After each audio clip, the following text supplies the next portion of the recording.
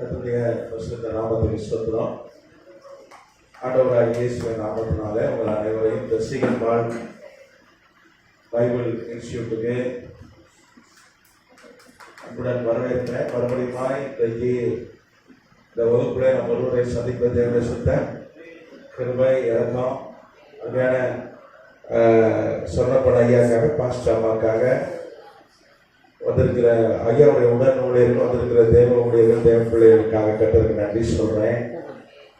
கர்த்தர் தாமே உங்களை ஆசீர்வதிப்பாங்க. நம்ம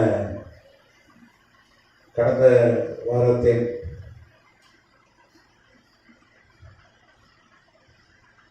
கடந்த வாரம் தானியேல் 2ஆம் அதிகாரத்தில் வந்து சில காரியங்களை நாம் பார்த்தோம். நமக்கு அது இன்னைக்கு நிறைய பேர் வரல. அதனால் நம்ம என்ன பண்ணுவோம்னா கர்த்தருக்கு ஸ்தோத்திரம் வேற ஒரு சப்ஜெக்ட் இன்னைக்கு வேற ஒரு சப்ஜெக்டை நம்ம எடுக்கலாம். போன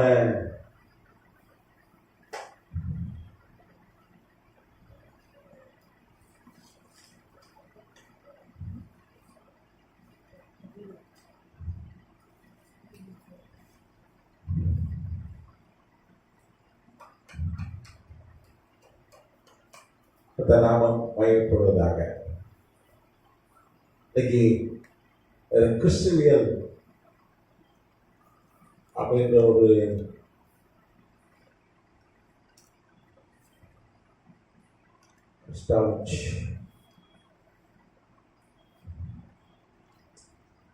இந்த பாடத்தில் வந்து சில காரியங்களை நாம் கற்றுக்கொள்ளலாம்.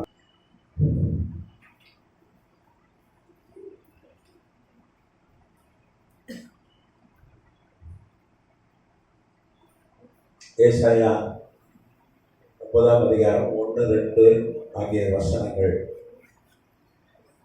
நான் ஏற்கனவே உங்களுக்கு காண்பித்து கொடுத்துருக்கிறேன். 730 கிமுல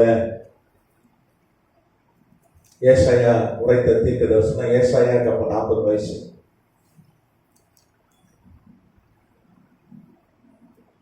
வாசிக்கலாமா? ஏசாயா 9ஆம் அதிகாரம் 1-2 ஆகிய வசனங்களை வாசிப்போம்.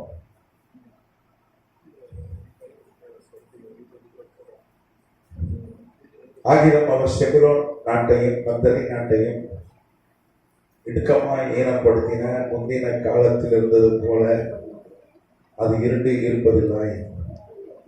ஏனென்றால் அவர் கடற்கரை அருகிலும் யோர்தான் நதியோரத்திலும் உள்ள புறஜாதியாருடைய கலிலேயமாகிய அத்தேசத்தை பிற்காலத்தில் நினைவுபடுத்துவார்.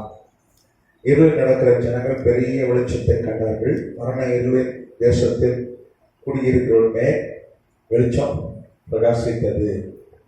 ஆண்டவராக இயேசு கிறிஸ்து அற்புதம் செய்வான் அப்படின்னு சொல்லி ஏசாயா மூலமாய் கர்த்தர் இங்கே தீர்க்க தரிசனமாய் உரைத்த வார்த்தைகள் 4 வசனங்கள்.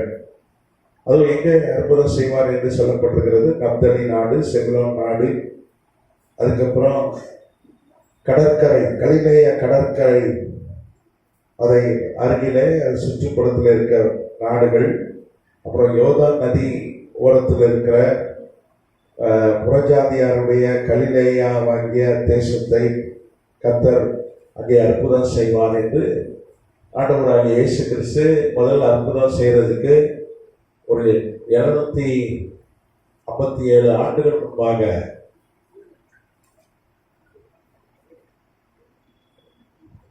ஆண்டவராகிய இயேசு கிறிஸ்து கிபி 27 தான் முதல் அற்புதம் செய்தார். அந்த பூமியில மனுஷனா இருந்த பொழுது கிபி 27 தண்ணீரை திராட்சரசமா மாற்றினார். அப்போ 757 ஆண்டுகள் முன்பாகவே சொல்லிட்டான் ஆண்டவராகிய இயேசு கிறிஸ்து இந்த பூமிக்கு வருவார், அவர் அற்புதங்களை செய்வார் என்று. ஏசாயா அவர் 40 வயதாக இருந்த பொழுது 730 கிமுல சொல்லிட்டான். எத்தனாமத்துக்கு சொத்துறோம். இப்போ இன்னிலிருந்து எத்தனை வருஷத்துக்கு முன்னாடி சொன்னா ஒரு 2025 கூட்டிக்கிட்டீங்கன்னா 5, 5, 7 2755 ஆண்டுகள் இன்றிலிருந்து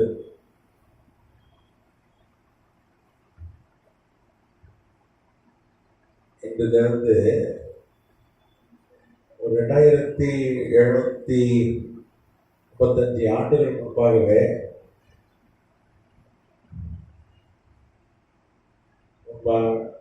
தீர்க்க தரிசனம்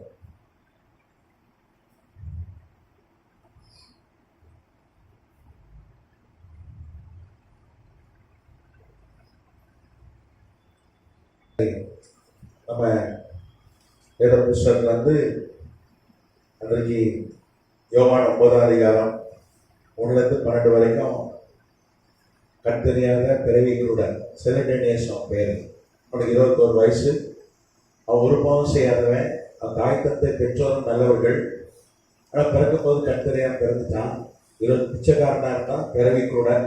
அவனை எப்படி கத்தரை தேடி வந்து சுகமாக்கினான்னு சொல்லி கொஞ்சம் விடாமாரியா பார்த்தோம். சரி, இன்றைக்கு நம்ம மார்க்கு எழுதின சுவிசேஷ நூல் 5ஆம் அதிகாரம்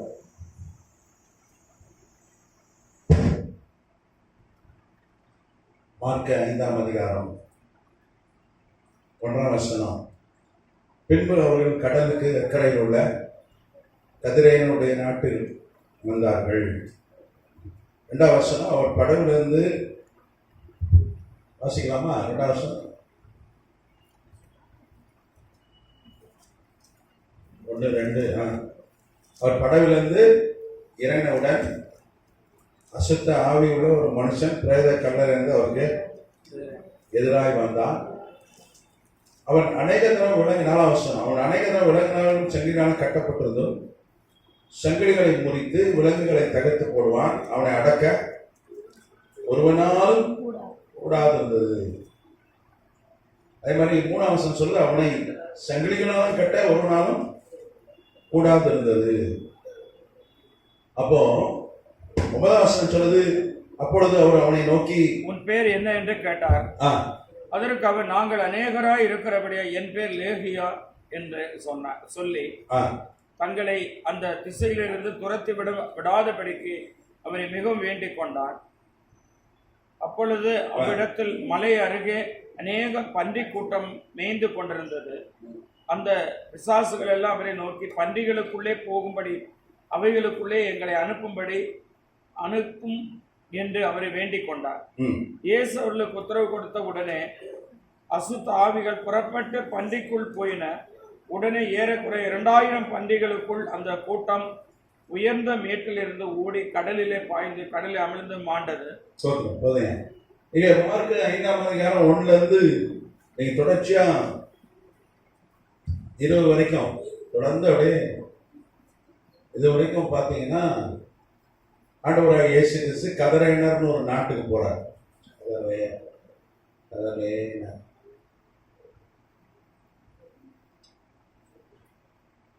அது எங்க இருக்குன்னா, அது கலிலேய கடல் கரையில உள்ள ஒரு ஊரு. நீங்க பார்த்தீங்கன்னா, நீங்க மார்க்கு 4ஆம் அதிகாரம் 36ஆம் வசனம் சொல்லுது, மார்க்கு 4:36, அவர்கள் ஜனங்களை அனுப்பிட்டு அவர் படவில் இருந்தபடியே அவரை கொண்டு போனார்கள், வேற படகுகளும் அவரோடு கூட இருந்தது. வேதம் சொல்லுது, படகுகள் பல படகுகள்ல அவரை வந்து கூட்டமா போனார்கள் என்று வேதம் சொல்லுது. பல படகுகள் கதர் நாட்டுக்கு போகும்போது மார்க்கு 4:36 சொல்லுது, பல படகுகள் பிரயாணம்.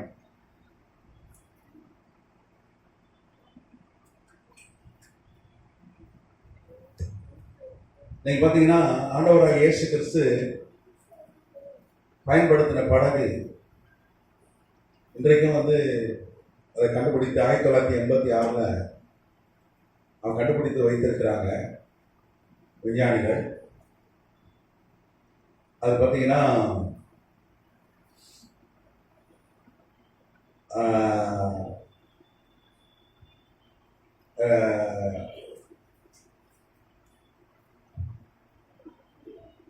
ஆயிரத்தி 1986 அது கண்டுபிடிக்கப்பட்டது. அதனுடைய 27 அடி 27 அடி நீளம்.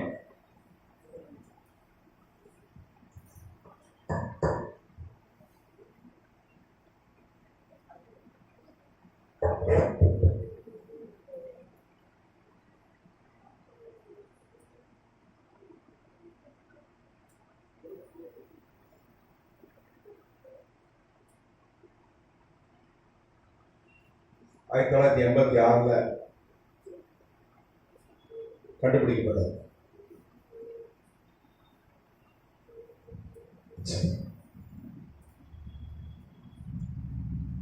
அதனுடைய நீளம் வந்து 27 அடி.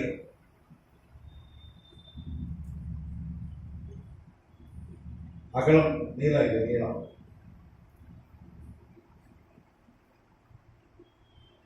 அகலம் பார்த்தீங்கன்னா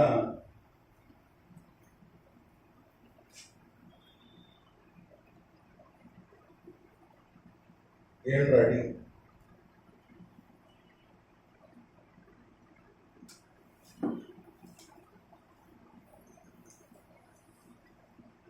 உயரம் பார்த்தீங்கன்னா 4.4 அடி.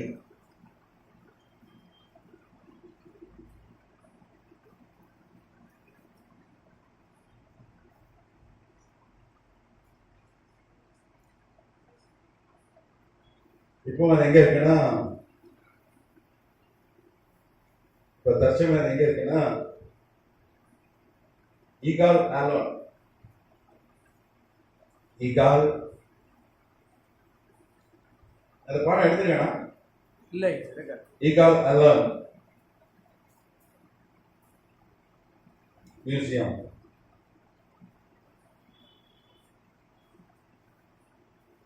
இந்த ஈகால் ஆலோன் மியூசியம் எங்க இருக்குன்னா கிபுட்ஸ் கெனோசர்னு ஒரு பட்டணம் இருக்கு இஸ்ரேல்ல, கலிலேயா.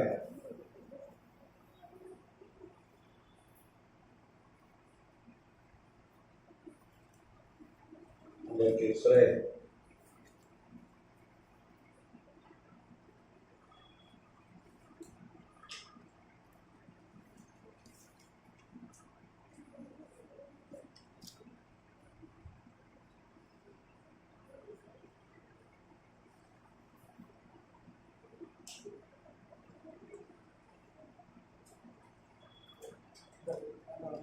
ஈகால் ஆலோன் மியூசியம், கிபுட்ஸ் கெனோசர்.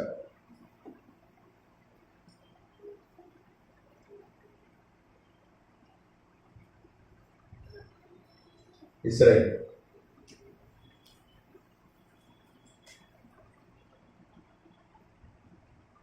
இன்னைக்கு பார்த்தீங்கன்னா இது மோசே, அதுக்கப்புறம் யூவால் என்கிறவர் தான் கண்டுபிடித்தார்கள். யார் கண்டுபிடிச்சாங்கன்னா மோசே.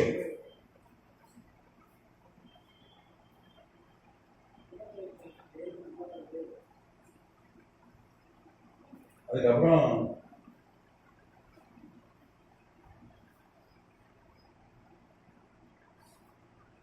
Yuan, Yuan லுஃபான்.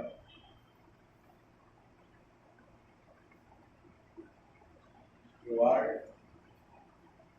லுஃபான் இவங்க தான் கண்டுபிடித்தார்கள். இந்த கிபுட்ஸ் கெனோசர் என்கிற இடத்துல நீங்க பார்த்தீங்கன்னா அதை கண்டுபிடித்தார்கள். கர்த்தருக்கு ஸ்தோத்திரம். விஞ்ஞானிகள் வந்து அது வந்து பேதுருடைய படகு என்று கண்டுபிடித்திருக்கிறார்கள். அது நிறைய அவர்கள் ஆராய்ச்சி செய்வார்கள். விஞ்ஞானிகள் வந்து நிறைய ஆய்வுகள் என்ன சொல்லுதுன்னா,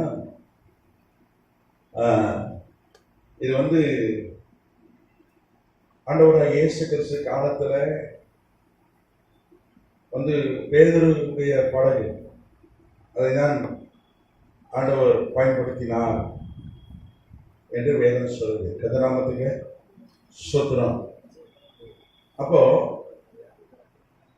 ஒவ்வொரு படகுலையும் ஒரு 20 ஆட்கள் உட்காரலாம். ஒரு 20 ஆட்கள் உட்கார்ற மாதிரி தான் இந்த படகுகள் இருந்தது அன்னைக்கு, அந்த காலத்து படகுகள். கத்தநாமத்துக்கு சொல்றோம். இங்க வேதம் சொல்லுது, மார்க்கில் பல படகுகள்ல போனார். எங்க ஆண்டவராகிய இயேசு கிறிஸ்துவுடைய வரலாறை அநேக வரலாற்று ஆசிரியர் எழுதியிருக்கிறார்கள். நீங்க சொல்லிட்டே போகலாம். அவருடைய வரலாற்றை பார்த்தீங்கன்னா பிளினி, வரலாறு ஆசிரியர்கள், ஹிஸ்டாரியன்ஸ்,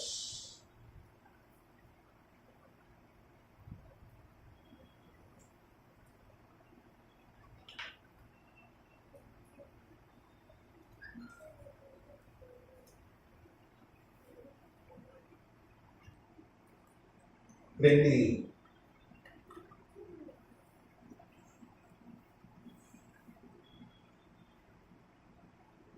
ஒரு வரலாற்று ஆசிரியர். அன்னைக்கு ஆண்டவராகிய இயேசு கிறிஸ்து வந்து குறித்த வரலாற்றை பதிவு செய்த வரலாற்று ஆசிரியர் பிளேகான்.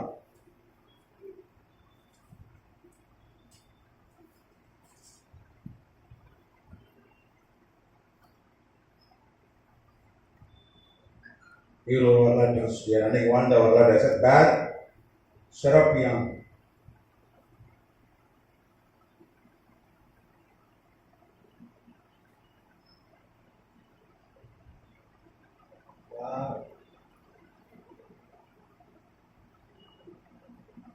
செராப்பியான். அப்புறம் டாசிட்டஸ், டாசிட்டஸ்,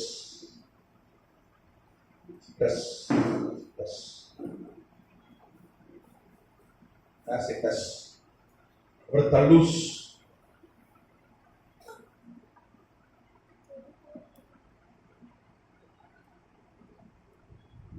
தல்லூஸ்.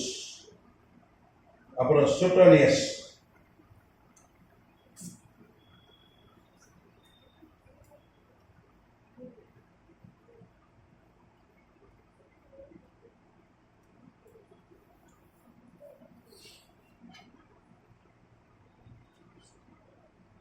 சுட்டோனியஸ். அப்புறம் செல்சஸ்,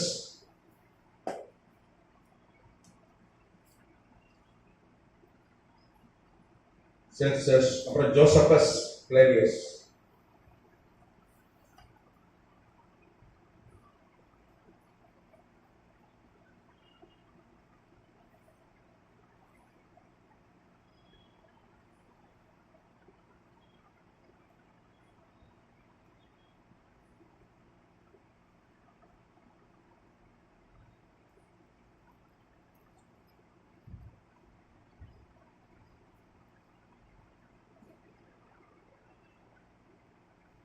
எத்தனை வரலாற்று ஆசிரியர்கள் பாருங்க? 1 2 3 4 5 6 7 8.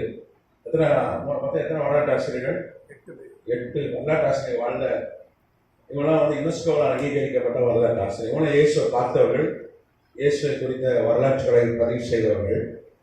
நீங்க பார்த்தீங்கன்னா இந்த மார்க்கு 4:36 சொல்லுது, அநேக படகுல போனார் தானே போட்டிருக்கு. இவங்க என்ன சொல்றாங்க? ஒரு 25 26 படகுல போனார்.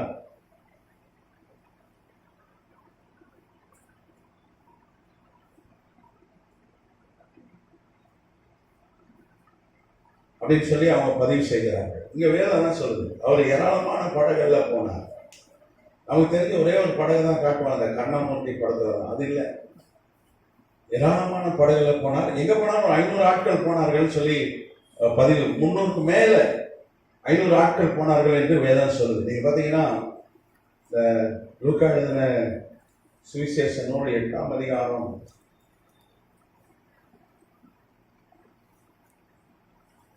2-3 வசனங்கள். லூக்கா 8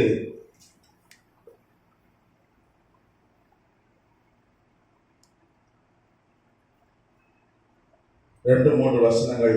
அது சொல்லுது, அவர் பொல்லாத ஆவிகளையும் வியாதிகளையும் நீக்கி குணமாக்கின சில ஸ்திரீகளும் 7 பிசாசுகள் நீங்கின மகேதரனா எண்ணப்பட்ட மரியாளும், அப்புறம் ஏரோதின் காரியக்காரனான கூசாவின் மனைவியாகிய யோவன்னாள், அப்புறம் சூசன்னார், தங்கள் ஆஸ்திகளால் அவருக்கு ஊழியம் செய்து கொண்டு வந்த மற்ற அநேகம் ஸ்திரீகளும் அவருடனே கூட இருந்தார்கள். இங்கே லூக்கா எழுதின சுவிசேஷ நூல் சொல்லுது, சில பெண்கள் பேர் சொல்லப்பட்டிருக்கு, அதுபோக சில ஸ்திரீகள் என்று சொல்லப்பட்டிருக்கு. நீங்க பார்த்தீங்கன்னா பொல்லாத ஆவிகளையும் வியாதிகளையும் நீக்கி குணமாக்கின சில பெண்கள். யாரெல்லாம் சுகமானாங்களோ அவர்கிட்ட, யாரெல்லாம் பிசாசு பிடிந்து விடுதலையானாலும் அவர் கூட இருந்தாங்க, அநேக பெண்கள் கூட இருந்தாங்க. அதுக்கப்புறம் பார்த்தீங்கன்னா 7 பிசாசில் பிடித்து விடுதலையான மகளேனால் எனப்பட்ட மரியாள் எனப்பட்ட ஆண்டவராய் இயேசு கிறிஸ்து கூட இருந்தா. அதுக்கப்புறம் நீங்க பார்த்தீங்கன்னா ஏரோது உடைய மேனேஜர், ஏரோது அரசன் அரண்மனை மேனேஜர், அவரு அந்த மேனேஜருடைய மனைவி பேர் யோவான்னாள், அப்புறம் சுசன்னாள், இதெல்லாம் மிகப்பெரிய பணக்காரர்கள். இவங்களாம் அவருக்கு ஆசிரியர் ஊழியம் செய்தார்கள். அதுபோக மற்ற அநேக ஸ்திரீகளும் அவரோட கூட இருந்தார்கள். அப்போ வரலாற்று ஆசிரியர் சொன்னாங்க, பெண்கள் மாத்திரம் 150 பேருக்கு மேல இருந்தாங்க. பெண்கள் மாத்திரம்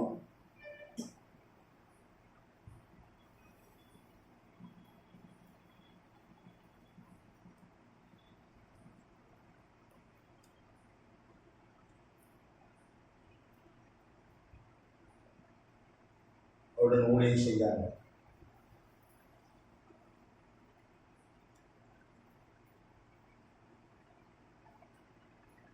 அப்ப எங்க போனாலும் ஒரு 500 பேர் டீமோட தான் போனேன். நான் நினைச்சிருக்கோம் ஒரு 12 ஆட்களோட போனார், ஒரே ஒரு படகுல போனான்னு நினைச்சிருக்கோம். அப்படி அல்ல. வேதம் நமக்கு தெளிவாக காண்பித்து கொடுக்கிறது. பல பெண்கள், பல படகுகள் என்று வேதத்துல நமக்கு பதிவு சொல்லப்பட்டிருக்கிறது. கர்த்தநாமத்துக்கு ஸ்தோத்திரம். அப்ப எங்க போனாலும் ஒரு 25-26 படகுல போனாரு. ஒரு 500 ஆட்கள், அதுல பெண்கள் மாத்திரம் 150 பேர். இன்றைக்கு ஒரு வரலாற்று ஆய்வு என்ன சொல்லுதுன்னா, அவர் 50 கோடி ரூபாய் செலவு பண்ணி ஊழியம் செய்வார் 3 வருஷத்துல. 3 வருஷத்துல எவ்வளவு செலவு பண்ணாரு இன்னைக்கு மதிப்புக்கு?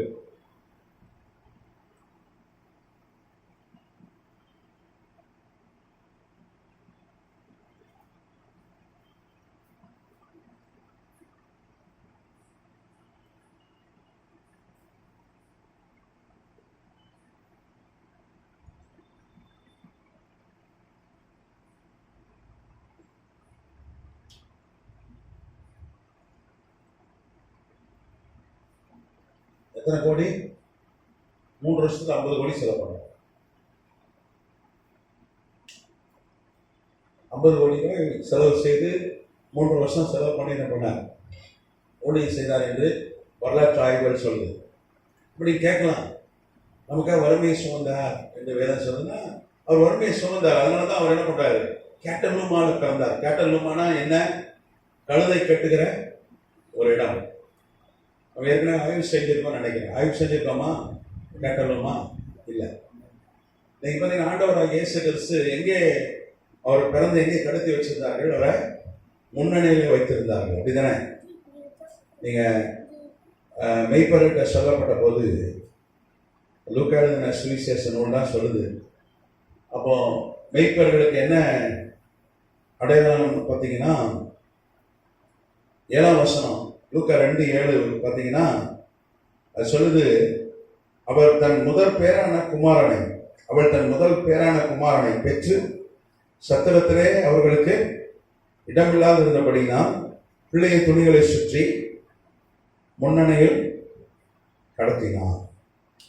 நீங்க பார்த்தீங்கன்னா இந்த சத்திரம் என்கிற வார்த்தை இங்கே தமிழ் பைபிளில் பயன்படுத்தப்பட்டிருக்கு. தமிழ் பைபிள் 1709 தான் நமக்கு ஆங்கிலத்திலிருந்து மொழிபெயர்த்து கொடுக்கப்பட்டது. அதுவும் சீகன் பால்க் என்கிற ஜெர்மன் நாட்டை சார்ந்த மிஷனரி தான் கூட ஒரு மெய்யப்பன் அப்படின்னு சொல்லிட்டு ஒரு சகோதரர், அவர் பேர் ஆரோன், பிறகு அவரு ரட்சிக்கப்பட்டாரு. ஆரோன், 2 பேர் சேர்ந்து தான் மொழிபெயர்த்தார்கள்.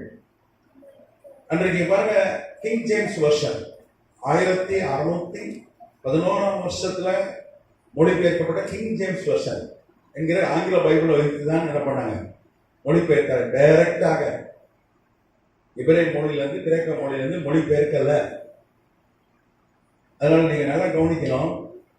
அந்த இன் என்கிற வார்த்தை பயன்படுத்தப்படுறது. இன், INN இங்கிலீஷ் பைபிள். அதனால சத்துரன்ட்டாங்க.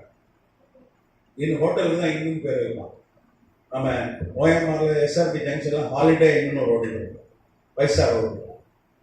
இப்போ இன்னும்னாலே என்னது, தங்கும் விடுது. அதனால தான் இவங்க சத்திரம்னு போட்டாங்க. நீங்கள் பெத்தலேயும் ஒரு சின்ன கிராமம், ஒரு 200-300 நாட்கள் தான் குடியிருந்தாங்க. ஒரு சின்ன கிராமம், ரொம்ப சின்ன கிராமம். நிச்சயமான ஒரு 100 வீடு தான் இருந்திருக்காங்க. இப்போவே சின்ன கிராமங்களில் லாட்ஜ் இருக்காது. இப்போவே நான் அடிக்கடி வெளியூர் போகிறதுனால நான் பார்த்துருக்கிறேன். சில ஊர்லலாம் லாட்ஜ் இருக்கான்னு நான் கேட்பேன், இல்லைன்னு. நல்ல டவுனாக இருக்கும், ஆனால் லாட்ஜ் இருக்காது. ஏன்னா இங்கே லாட்ஜ் வச்சா ஓடாதுங்கய்யா, இங்கே லாட்ஜ் வச்சா யாரும் தங்குது. இப்போவே அப்படி இருக்கு. அப்போ அன்னைக்கு பெத்லஹேமுக்கு யாரும் வந்து ஃப்ளோட்டிங் பாப்புலேஷன் இருந்தால் தான் வந்து போகிற பிரயாணம் பண்ணிட்டு போகிற ஆட்கள் இருந்தால் தான் அந்த லாட்ஜ் மாதிரி காரியங்கள்லாம் நல்லா ஓடும். ஒன்று. ரெண்டாவது, நீங்கள் கிரேக்க மொழியில தான் இந்த புதிய ஏற்பாடு எழுதப்பட்டது, லூக்கா எழுதின சுவிசேஷம் எழுதப்பட்டது கோயின் கிரீக்ல. அது என்ன வார்த்தை பயன்படுத்தப்பட்டிருக்கு? கேட்டலூமா. லூக்கா 1:2 இங்க வந்து சத்திரம் இருக்கு, ஆனா கிரேக்கத்துல கேட்ட லூமா.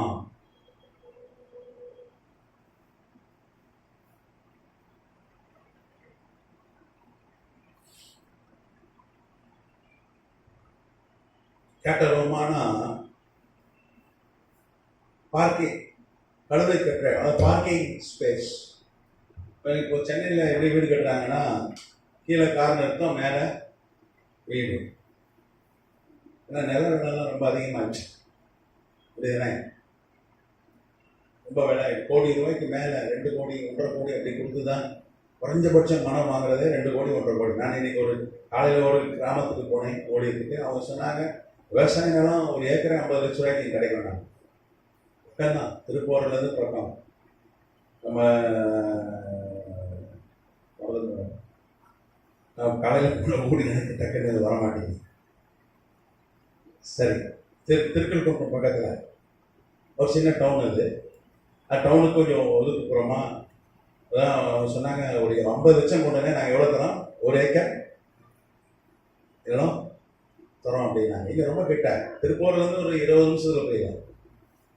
ஆனால் விவசாயம் நிலம் கழனி கிடைக்கும் அப்படின்னாங்க. 1 ஏக்கர்ன்றது 18 கிரவுண்டு. சென்னையில் ஒரு கிரவுண்டு தான் பெரிய பணக்காரன், 1/2 கிரவுண்டு தான் பணக்காரன். 1/2 கிரவுண்டில் வீடு இருந்தால் அப்பார்ட்மெண்ட்டே பெரிய விஷயம், இண்டிபெண்டன்ட் வீடு 1/2 கிரவுண்டில் பெரிய விஷயம். 1/2 கிரவுண்டாலே பணக்காரன். என்ன, கீழே கார் நிறுத்தம், மேலே வீடு கட்டுறாங்க, அப்படிதான் கட்டுறாங்க. இன்னைக்கு அப்படி ஆயிடுச்சு, வேற வழி இல்லை. என் நிலம் வேணாலாம் ஜாஸ்தி ஆயிடுச்சு. அன்னைக்கும் வந்து அந்த பெத்லஹேம்ல எப்படின்னா, கீழே என்ன பண்ணுவாங்க, அவர்கள் வந்து கட்டருமான மேல் வீட்டு அறைன்னு என்ற அர்த்தம். கட்டருமான மேல் வீட்டு அறை, மேல் வீடுன்னு அர்த்தம். வீட்டு அறைன்னு கூட இல்லை, மேல் வீடு. அப்போ வந்து மாடியில தான் வீடு இருப்பாங்க. இன்னைக்கும் நீங்க இந்த பெத்லஹேம் தொழில் துறை விஞ்ஞானிகள் ஆய்வு செய்து கண்டுபிடித்திருக்கிறார்கள். கீழே வந்து பார்க்கிங்கு, மேல வீடு. பார்க்கிங்னா என்ன, அன்னைக்கு கழுதைகள் தான் வைத்திருப்பார்கள். கழுதையெல்லாம் பேர் சொல்லி அழைப்பார்கள், பத்திரமா வைப்பாங்க கழுதைய.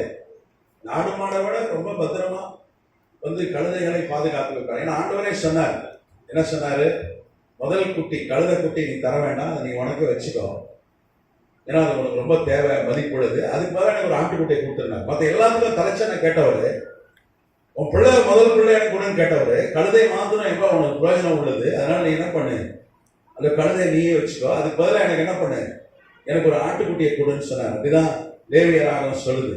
அப்போ அவர் கழுதைகளை பேர் சொல்லி அழைப்பார்கள், அதை வந்து பத்திரமா வைத்திருப்பாங்க, வீட்டில் தான் வச்சிருப்போம். இப்போ எப்படி வீட்டுக்குள்ள சோஃபால நாய் படுக்கிற மாதிரி வீட்டில் நாய் வளர்க்குறாங்க, அது எங்கே படுக்குது, சோஃபாவில் படுக்குது. ஒரே பிளேட்டில் சாப்பிட்றான், நாயும் அவனும் ஒரே பிளேட்டில் தான் சாப்பிட்றான். என்னைக்கு வியாதி வந்து சாவான்னு தெரியல.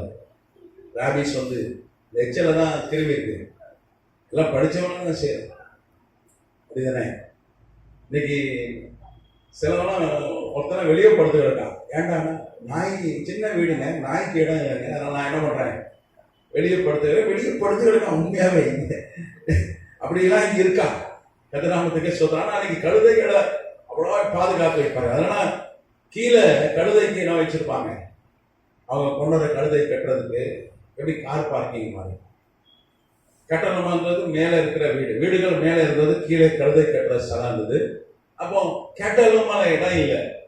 சத்திரன்ற வார்த்தை ஒரிஜினல் பதம் கிரீக்க வந்து கேட்டலமா. அப்போ மேல வீட்டுல இடம் இல்லாததுனால நீங்க பாத்தீங்கன்னா பிள்ளைய என்ன பண்றாங்க, அவர்கள் இடம் இல்லாததுனால பிள்ளையை சுற்றி முன்னணியில கிடத்தினால். நீங்க பாத்தீங்கன்னா முன்னணை என்பது கழுதைக்கு உணவு போடுற ஒரு தொட்டி.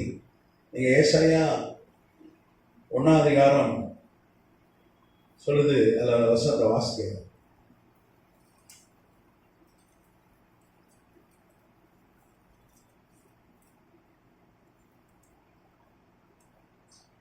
ஏசாயா 1ஆம் அதிகாரத்தில் கழுதை தன் முன்னணையை அறியும், மாடு தன் வாசிங்க. எஜமானியும் கழுதை தன் ஆண்டவன் முன்னணியும் அறியும். ஆமா, 3ஆம் வருஷம். இஸ்ரவேலோ அறிவில்லாமல் என் ஜனம் உணர்வில்லாமலே இருக்கிறார்கள் என்கிறார். ஏசாயா 1ஆம் அதிகாரம் 3ஆம் வசனம். 3ஆம் வசனம். முன்னணை கழுதை.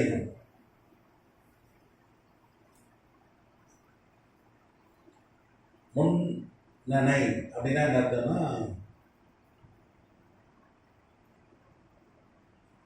இங்கிலீஷ்ல மேஞ்சர்.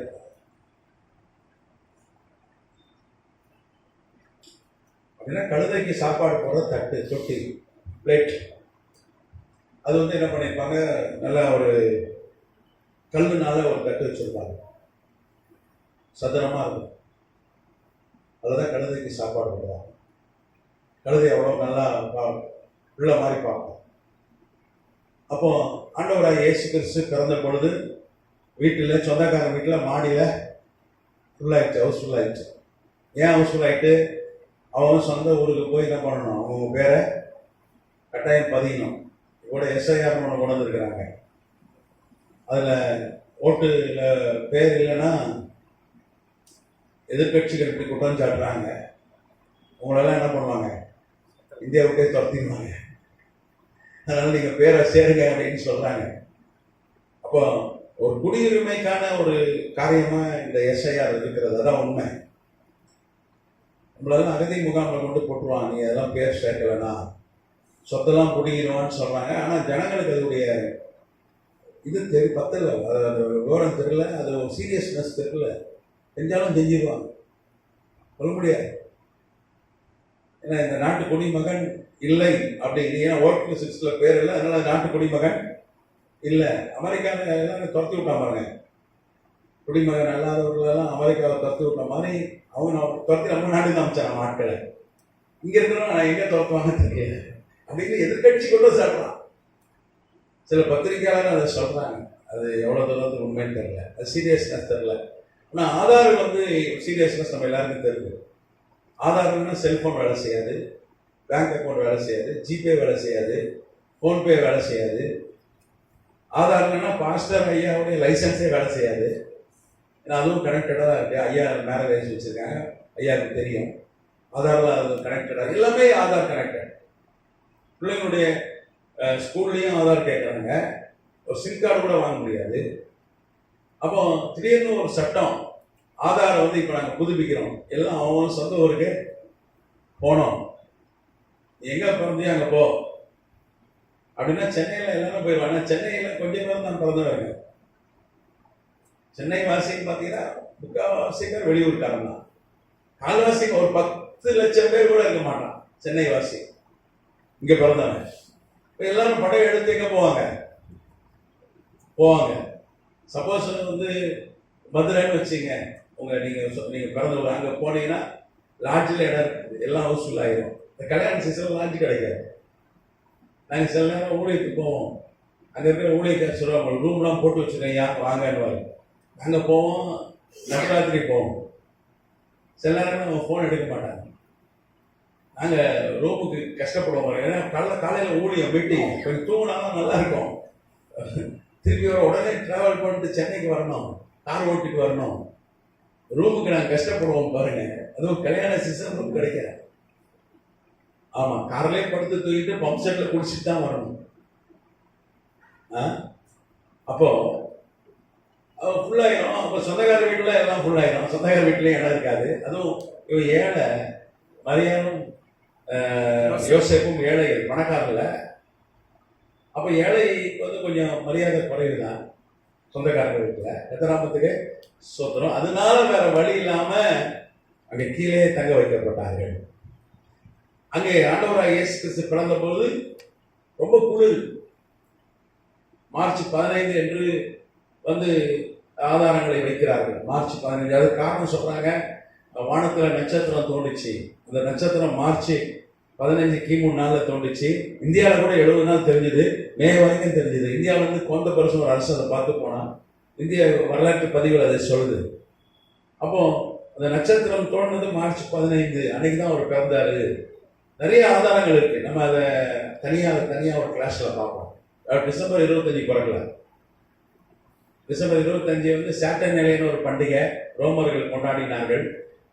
336 336 ஏடியில அவங்க எல்லாம் கிறிஸ்தவம் மாறிட்டாங்க. அப்போ கான்ஸ்டன்டைன் அரசன் கிறிஸ்தவ சொன்னா, நீங்க என்ன பண்ணுங்க, இங்க விக்கிர பண்டிகை கொண்டாடக்கூடாது, சாட்டன் நிலை கொண்டாடக்கூடாது, கிறிஸ்துமஸ் கொண்டாடுங்கன்னு சொன்னான். அப்படிதான் கிறிஸ்துமஸ் வந்துச்சு. டிசம்பர் 25 அவர் பிறக்கல, ஒரு மார்ச் 15 பிறந்தாரு தான் ஆதாரங்கள் சொல்லுது. எத்தனாமத்துக்கு சோத்திரம். அப்புறம் ரொம்ப குளிர். அதனாலதான் குழந்தைய துணியில சுற்றி எங்க வைத்தார்கள், அந்த தொட்டிக்குள்ள வச்சாங்க. மற்ற இடத்துல வச்சா குளிரும் குழந்தை, அதுக்கு தொட்டி நல்லா பெருசா இருக்கும், அது குளிர்ந்து நல்லா இருக்கும்னு சொல்லி அதுக்குள்ள வைத்தார்கள். அப்போ அவர் மாட்டு கொட்டாயிலே ஆட்டு கொட்டாயில பிறக்கல. அவர் எங்க பிறந்தார், கழுதை கட்டி வைக்கிற அந்த பார்க்கிங் பிளேஸ்ல அந்த கழுதைக்கு சாப்பாடு போற தொட்டியில தான் பிறந்தவனை கடத்தி வைத்தார்கள். எத்தனாமத்துக்கு சோத்திரம். நம்மால் வந்து நிறைய பாட்டெல்லாம் பாடுவான், ஆட்டுக்கொட்டினிலே ஆட்டுக்கொட்டினிலே. நீங்க பாட்டு கட்டுப்பீங்க. அப்படி ஆளுங்க கூப்பிட்டு தலையில ஒரு கொட்டை போட்டு, அது மாட்டு கொட்டி இல்லப்பா, அந்த ஆட்டுக்கொட்டில இது என்னது, கழுதை கட்டுற ஒரு பார்க்கிங் பிளேஸ், கேட்டணுமா என்று நம்ம என்ன பண்ணுங்க, நீங்க சொல்லுங்க. கொட்டாதீங்க, சும்மா நான் ஒரு ஜோக்கு சொன்னேன்.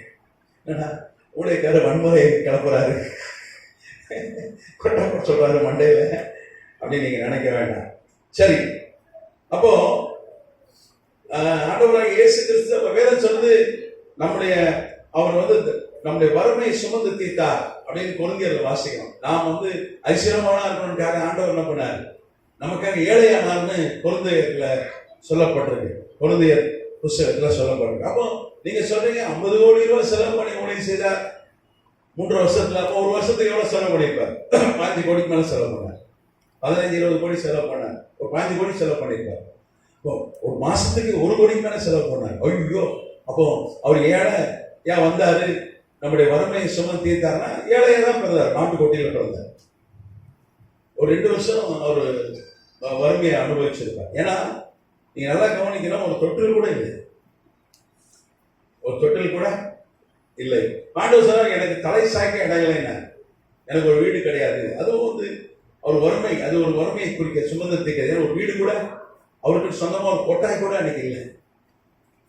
ஆனா அவர் எங்க போனா ஒரு 500 ஆட்களோடு போனாங்க ஊழியத்துக்கு. அதுல 150 பெண்கள் போனாங்க. நீங்க உலக வரலாற்றிலே முதல் பெண்கள் போய் ஊழியம் செய்தார்கள் என்பது உலக வரலாற்றில் எப்பொழுதுனா ஆண்டவராகிய இயேசு கிறிஸ்து அந்த டீம்ல தான். அன்னைக்கு வந்து பெண்கள் வெளியே வர முடியாது, வெளியே வரக்கூடாது. அன்றைக்கு அப்படி சட்டங்கள் இருந்தது. பெண்களுக்கு பெரிய மரியாதை இல்லை. இன்றைக்கு அமெரிக்கால ஒரு பெண்ணால ஜனாதிபதி ஆக முடியல. உலகம் ஃபுல்லா பெண் உரிமை பேசுற மக்கள் அமெரிக்கால தான் நிறைய பேர் இருக்கான். இந்த அமெரிக்காலே ஒரு பெண்ணால என்ன பண்ண முடியல, ஜனாதிபதியா அவனே ஏற்றுக்க மாட்டேங்கிறான். வெள்ளக்காரனே அவன் ஓட்டு போட மாட்டேங்கானே. இப்ப கமலா ஹாரிஸ் அம்மா நின்னுச்ச, தோத்துல போச்சு. ஆனா அந்த பொம்பளை போடாத பொம்பளை தோத்தது கரெக்ட் தான். அவ எல்லாம் ஆணான் கல்யாணத்தை ஆதரித்தால் பெண் கல்யாணத்தை ட்ரம்ப் வந்து என்ன பண்ணார், ஆணான் கல்யாணத்தை கட் பண்ணிட்டார், பெண் கல்யாணத்தை கட் பண்ணிட்டார், ஆண் பெண்ணா மாற ஆபரேஷனை ஸ்டாப் பண்ணிட்டாரு. அது இருக்கும் உங்களுக்கு குழந்தை கட்டுப்பாடு. ஆமா, அபார்ஷனை நிறுத்திக்கிட்டாரு. அவர் நல்லது தான் வந்தது. அவர் வந்ததுனால தான் ஒரு 8 போர் நின்றுருக்கு உலகத்துல. கூட யுக்ரைன் போர் நிப்பாட்டுறதுக்கு ஏற்கனவே பேசி முடிச்சிட்டாங்க. அந்த அம்மா வந்ததுன்னா வேற மாதிரி ஆயிருக்கும். அமெரிக்கர்கள் பெண் என்பதனால நிராகரிக்கல, இந்த அம்மா நல்ல சாய்ஸ் இல்லை, இந்த நம்ம வந்து அமெரிக்கா கெட்டு போயிருந்தா விட்டாங்க. சரி, அன்றைக்கே பாருங்க பெண்கள் 150 பேர் ஊழியம் செய்தார்கள், அவர் கூடயே போனாங்க. அதுல ஒரு பெண் அப்போஸ்தலர் இருந்தால் அவர் பேர் யூனியன், பெண் அப்போஸ்தலர். அப்புறம் நிறைய பெண்கள் பேரெல்லாம் இருக்கு, நிறைய பேர் பேர் எழுதப்படல. நீங்க பாத்தீங்கன்னா ஏன் பேர் சொல்லப்படல, எல்லா பேரும் எழுதுனா என்ன ஆகும், இடம் கொள்ளாது.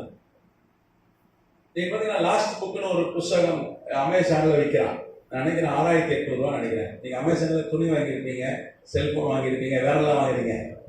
சில வீட்டுக்கு அமேசான்காரன் காலையில இருந்து சாயங்காலம் வந்து லைனா வந்து போயிட்டே இருக்கான், வேலையை டெலிவரி கொடுக்கறது தான். அப்போ ஏன்னா சீப்பா இருக்கு, அது வேற விஷயம். அமேசான்ல எல்லாம் வாங்குறோம். புத்தகம் வைக்கிறான் அமேசான்ல, உங்களுக்கு தெரியுமா, எல்லாமே விற்கிறான். லாஸ்ட் புக்னு ஒரு புத்தகம் இங்கிலீஷ்ல டிரான்ஸ்லேட் செய்யப்பட்ட புத்தகம், டிஸ்டன்டாப் என்கிற ஒரு தொழில் துறை, ஜெர்மனி நாட்டை சேர்ந்த தொழில் துறை விஞ்ஞானி. அவர் என்ன பண்ணியிருக்காரு, ரோம பேரரசு ஆவணங்கள், அது குறிப்பா கிறிஸ்துவை குறித்த நிறைய ஆவணங்களை அவர் கண்டுபிடித்து ஜெர்மனி பெர்லின் ஸ்டேட் மியூசியத்தில் வச்சிருக்காங்க.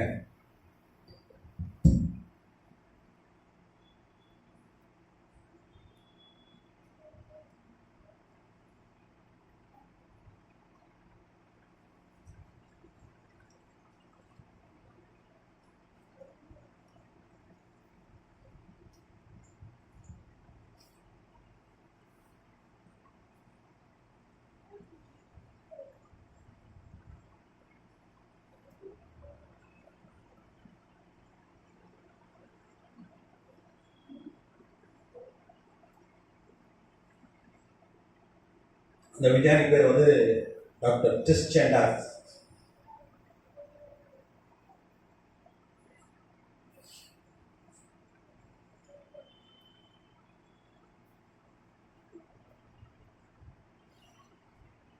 அந்த அது குறிப்பா பாத்தீங்கன்னா ஆண்டவராகிய இயேசு கிறிஸ்துவை குறித்து எழுதப்பட்ட கடிதங்கள். பிலாத்து என்ன பண்றான், கடிதம் எழுதுறான் ரோம பேரரசருக்கு. ஏன்னா அன்னைக்கு ரோம பேரரசு இஸ்ரேலை ஆண்டது. அன்னைக்கு ஆண்டவராகிய இயேசு கிறிஸ்துவை வேவு பார்க்கிற காரியத்துல அவன் தினந்தோறும் லெட்டர் எழுதுறான் ரோம பேரரசர். ஏன்னா உலகத்தின் மையப்பகுதி இஸ்ரேல், இப்போ இஸ்ரேல் அவங்களுக்கு ரொம்ப முக்கியம். எங்க போனாலும் ஆண்டவருக்கு நிறைய கூட்டம் கூடிச்சு. பிலாத்து எழுதுறான், எங்க போனாலும் 1,00,000 பேர் கூடினார்கள் அப்படின்னு சொல்றான். இந்த பெர்லின் ஸ்டேட் மியூசியம், அந்த கடிதங்கள், பிலாத்து எழுதின கடிதங்கள் ரோம பேரரசருக்கு.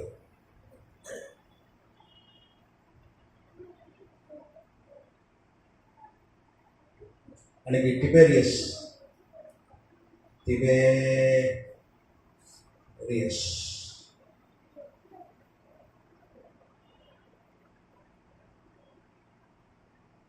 பிலாத்து எழுதின கடிதங்கள்.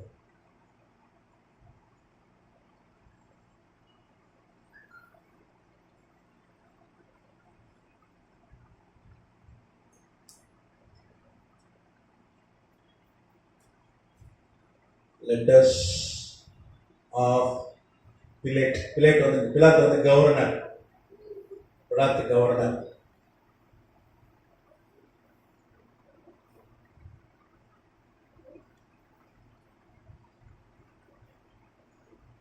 ரோமன் எம்பரர்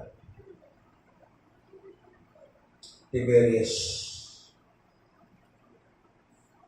ஏராளமான கடிதங்கள் இருக்கு. அவன் எழுதுறான் ஆண்டவராகிய இயேசு கிறிஸ்து 5.11 5.11 5.11 ஹைட்டு. ஆண்டவராகிய இயேசு கிறிஸ்துடைய டிஎன்ஏ நான் எங்க இருக்குன்னு சொன்னேன், டூரின் இட்டாலியில இருக்குன்னு சொன்னேன். அவருடைய பிளட் வந்து ஏபி பாசிட்டிவ்னு சொன்னேன். இப்போ விஞ்ஞானிகள் என்ன பண்ணியிருக்காங்க, அவர் ஹைட்டு, ஏன்னா நம்ம மரபணு வைத்து நம்ம எவ்வளோ உயரம், என்ன வியாதி இருந்தது, எவ்வளோ வருஷம் வாழ்ந்த எல்லாம் சொல்லிடலாம். அவர் சொல்றாங்க 5.11. அதுதான் பிலாத்து சொல்றாரு 5.11 ஹைட். 5.11 இவ்வளோ ஹைட் இருப்பார், இவ்வளோ இருப்பாரா, இருப்பார் 6 அடிக்கு 1 இன்ச் கம்மி. அவரை குறித்து எழுதுறான். எங்க போனாலும் 1,00,000 பேர் வந்தார்கள்.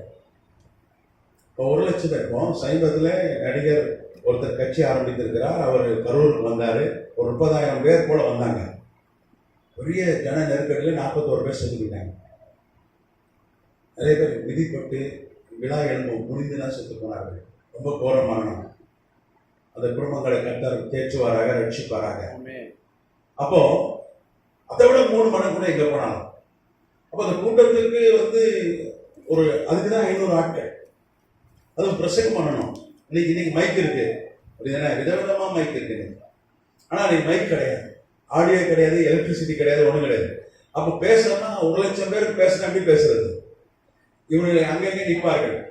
ஆண்டவருடைய இயேசு கிறிஸ்துவுடைய சீசர்களுடைய ஆட்கள் அங்கங்க நிற்பாங்க.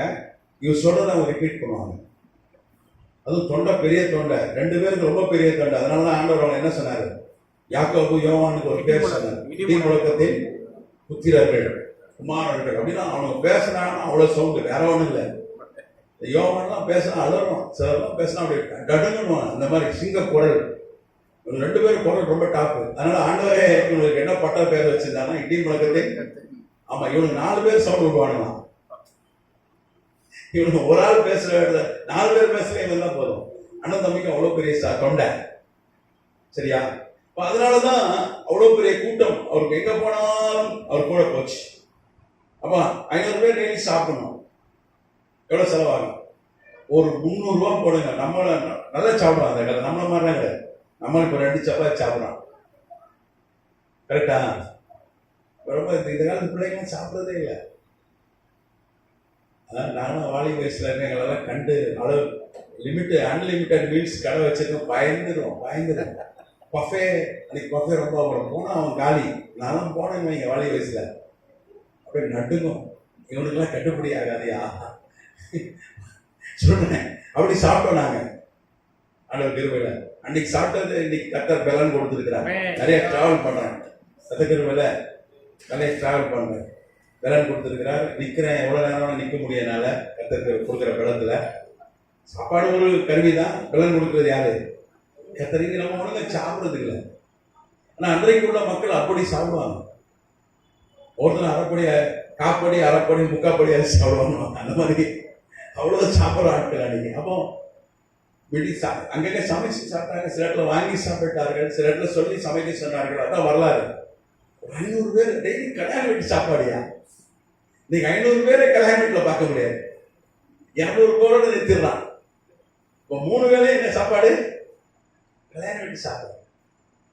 நல்ல சாப்பாடு கொடுத்தாரு ஆண்டவர். நல்லதான் கேட்கிறப்ப அந்த குறை இருக்காப்பா உங்களுக்கு, என் கூட இவ்வளவு நாள் இருந்தீங்களா?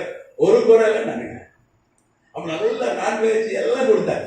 கதிராமத்துக்கு சொந்தம் நல்ல சாப்பாடு கொடுத்தாரு. அதெல்லாம் 50 கோடி செலவு.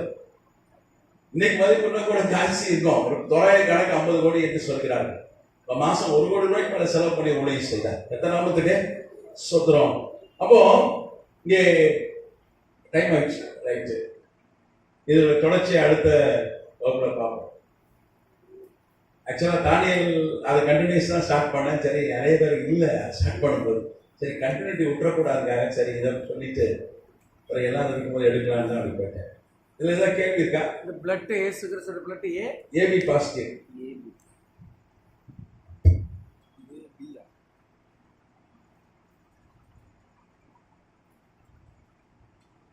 AB positive.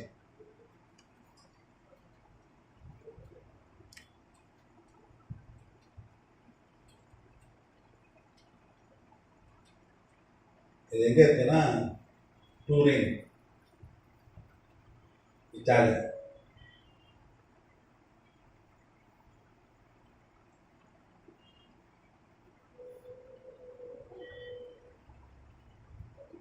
ஏதாவது கேள்வி இருக்கா?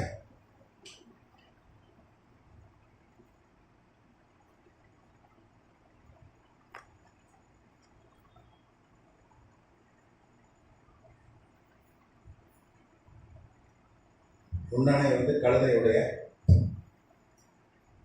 கழுதை சாப்பாடு தட்டு.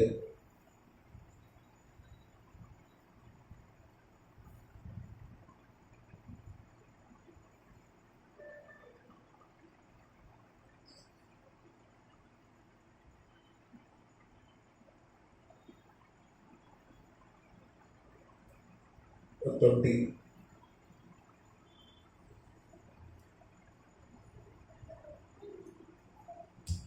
உலகத்துல ஒரு குழந்தைய ஒரு கழுதைக்கு சாப்பாடு போடுற தொட்டில வச்சாங்கன்னா அது ஆண்டவராக இயேசு கிறிஸ்து. அதனாலதான் அவன் தேவதன் ஒரு அடையாளத்தை சொல்றான். பொதுவாக அடையாளம் சொல்லுவாங்க. ஐயா சொல்லுவாங்க அடிக்கடி, இந்த பஞ்சாயத்து ஆபீஸ் கிட்ட வாங்கினாங்க ஐயா சபை வாங்க.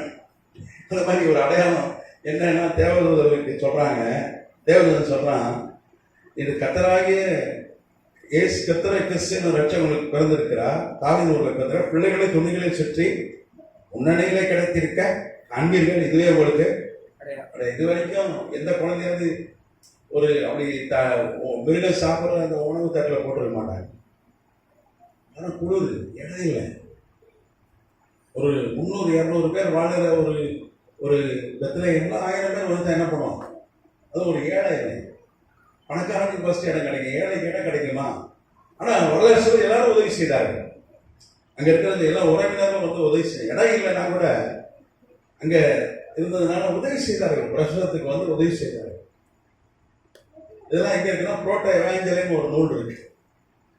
யாக்கோபு எழுதின சுயசரிதை 1952 எகிப்தில் கண்டுபிடித்தார்கள். இப்போ அது எங்கே இருக்குன்னா சுவிட்சர்லாண்டில் ஜெனிவான்னு ஒரு நகரம் இருக்குது. அங்கே இருக்குது. ஓட்மர் மியூசியத்தில் இருக்குது. நீங்கள் போனீங்கன்னா போயிட்டு வாங்க. சுவிட்சர்லாந்து போகிறத சொல்லுங்கள். நான் வந்து உங்களுக்கு ஒரு வாரம் தங்குறதுக்கு சாப்பிட்றதுக்கு ஏற்பாடு பண்ணுறேன். அங்கே ஒரு தம்பி இருக்கான், கூப்பிட்டே இருக்கான். நானும் வரேன், கூப்பிட்டு போகிறேன். ஆனால் டிக்கெட் நீங்கள் தான் போகணும். போய் சுற்றி பார்த்துவாங்க. சார் கத்திரவோட ஆசீர்வாதம். God bless you.